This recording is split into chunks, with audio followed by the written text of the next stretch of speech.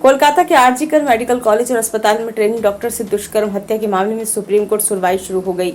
शीर्ष अदालत ने जूनियर डॉक्टर की दुष्कर्म के बाद हत्या और अस्पताल में तोड़फोड़ के मामले पर स्वतः संज्ञान लिया। मुख्य न्यायाधीश टी.वाई. चंद्रचूड़ की अध्यक्षता वाली पीठ में न्यायमूर्ति जय.बी. पारदीवाला और न्यायमूर्ति मनोज मिश्रा शामिल रहे। बेंच ने इस मामले में पीड़िता की पहचान उजागर होने पर चिंता जाहिर की। साथ ही केस में पुलिस जांच से लेकर आरजीकर मेडिकल कॉलेज के प्रिंसिपल संदीप घोष की भूमिका तक सवाल उठा दिए। कोर्ट ने मामले में 8 सदस्यीय टास्क फोर्स के गठन का फैसला किया। इसमें एम्स के निदेशक डॉक्टर एम श्रीनिवासन के अलावा कई और डॉक्टरों का नाम भी शामिल किया गया। सुनवाई के दौरान चीफ जस्टिस ने कहा कि ये सिर्फ एक मर्डर का मामला नहीं है, हमें डॉक्टरों की सुरक्षा की चिंता है। बेंच ने कहा कि महिलाएं सुरक्षा से वंचित हो रही हैं। बेंच ने ये भी कहा कि आखिर ऐसे हालात में डॉक्टर कैसे काम करेंगे। हमने देखा है कि उनके लिए कई जगहों पर रेस्ट रूम तक नहीं होते। आज महिलाएं तेजी से वर्क प्लेस में शामिल हो रही हैं। इनकी सुरक्षा सुनिश्चित करने और बदलाव लाने के लिए एक और बलात्कार का इंतजार नहीं कर सकते। चिकित्सा पेशे में हिंसा की आशंका बढ़ गई है। पुरुष प्रधान सोच के कारण महिला डॉक्टरों को ज्यादा निशाना बनाया जाता है।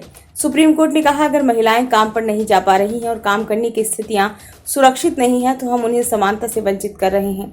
ज्यादातर युवा चिकित्सक 36 घंटे काम करते हैं। हमें काम करने की सुरक्षित स्थितियां सुनिश्चित करने के लिए राष्ट्रीय प्रोटोकॉल बनाने की जरूरत है। सुप्रीम कोर्ट ने कहा कि हम सभी स्वास्थ्य कर्मियों की सुरक्षा से संबंधित मामले पर विचार कर रहे हैं। इसलिए हम देश भर में विरोध प्रदर्शन कर रहे डॉक्टरों से अनुरोध करते हैं कि वे काम पर लौट आएं, क्योंकि इससे मरीजों को स्वास्थ्य संबंधी सेवाएं मिलने में दिक्कत आ रही है। सुप्रीम कोर्ट की तरफ से पीड़िता की पहचान उजागर करने को लेकर भी नाराजगी जाहिर की गई। कोर्ट ने कहा कि ये घटना दुखद है। सुप्रीम कोर्ट ने ऐलान किया कि इस घटना के बाद डॉक्टरों की स्थिति को लेकर नेशनल टास्क फोर्स बनाने जा रहे हैं। ये टास्क फोर्स कोर्ट की निगरानी में काम करेगी। सुप्रीम कोर्ट ने मामले में सीबीआई से 22 अगस्त तक स्टेटस रिपोर्ट भी तलब की है। साथ ही सीबीआई को 3 महीने के अंदर जांच पूरी कर रिपोर्ट सौंपने का भी आदेश दिया। कोर्ट ने 3 हफ्ते के अंदर टास्क फोर्स से रिपोर्ट मांगी। सुप्रीम कोर्ट ने इस मामले में पुलिस की कार्रवाई और पीड़िता के परिवार को अंधेरे में रखने से जुड़े आरोपों को लेकर भी सवाल पूछे। कोर्ट ने कहा कि ये एक अपराध का मामला नहीं है। इस मामले में एफआईआर दर्ज करने में भी देर हुई। यह अस्पताल की जिम्मेदारी थी कि वह एफआईआर दर्ज कराए, लेकिन देर रात एफआईआर दर्ज कराई गई। अस्पताल प्रबंधन इस मामले में आखिर क्या कर रहा था? अभिभावकों को भी पीड़िता का शव काफी देर बाद सौंपा गया।